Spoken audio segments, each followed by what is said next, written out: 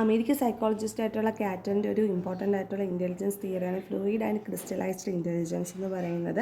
ഇദ്ദേഹം പറയുന്നത് ഇൻ്റലിജൻസ് എന്ന് പറയുന്നത് ഡിഫറെൻറ്റ് എബിലിറ്റി കമ്പോസ്റ്റ് ചെയ്തിട്ടാണ് വരുന്നതെന്നാണ് പറയുന്നത്. അതിൽ പ്രധാനമായിട്ടാണ് fluid intelligence and crystallised intelligence.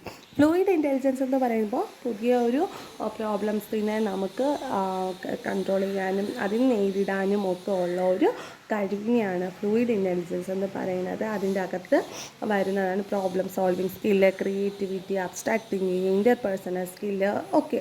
ഇതിൻ്റെ ഒരു എക്സാമ്പിളാണ് സോൾവിങ് പസിൽ എന്ന് പറയുന്നത്. ഫ്ലൂയിഡ് ഇൻ്റലിജൻസ് അഡൽട്ട്ഹുഡിൽ കൂടുതലായിട്ടും ഏജ് കൂടുമ്പോഴത്തേക്ക് ഏജിങ്ങിലോട്ട് പോകുമ്പോൾ അത് കുറയുന്നതായിട്ട് നമുക്ക് കാണാൻ പറ്റും.